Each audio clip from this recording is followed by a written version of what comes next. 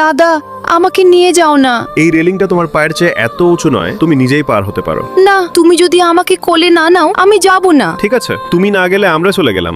দাদা, তুমি আজ এমন আচরণ করছো কেন? এই নাও, দুধ চা খাও। ধন্যবাদ ভাইয়া। আমাকে নয়, ওকে ধন্যবাদ দাও। আমাকে? হ্যাঁ, বরফ দিয়ে দুধ চা বানিয়েছে, নিন খান। তাহলে আমার জন্য কি? তুমি একটু পরে মিনারেল ওয়াটার খেলেই চলবে। তুমি খুব অদ্ভুত। আমার জন্য অপেক্ষা করো। তোমার বোনের কি হয়েছে? ওকে একটু বকেছি। ওই মেয়েটার সামনে আজ আমাকে বকা দিল, আমি এর বদলা নিয়ে ছাড়বো। লুনা, আমি বাড়িতে আছি, দয়া করে একটা সাহায্য করুন, এটা ব্যান্ডেজ করে দিন। তোমার তো হাতেও আঘাত লাগেনি, তাহলে ব্যান্ডেজ কেন?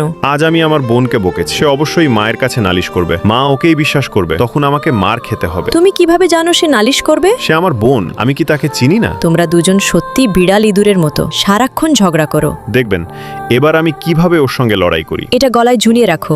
মা, ভাইয়া আমাকে ভিজিয়ে দিয়েছো। কি? সে ফিরে এলে আমি তাকে বকবো? ভাই কি এভাবে বোনকে বকতে পারে? যাও, জামা বদলে নাও, ঠান্ডা লেগে যাবে। আরে বাপরে, তোমার হাতে আবার কি হলো? ও, ম্যাগি আমাকে ধাক্কা দিয়েছিল, আমি পড়ে গিয়ে হাতে আঘাত পেয়েছি। কি ম্যাগি, তুমি কিভাবে তোমার ভাইকে আঘাত করলে? কাল তো ওর পরীক্ষা, হাত ফুলে গেলে কি হবে? মা, আমি কিছু করিনি, আমাকে মারবেন না।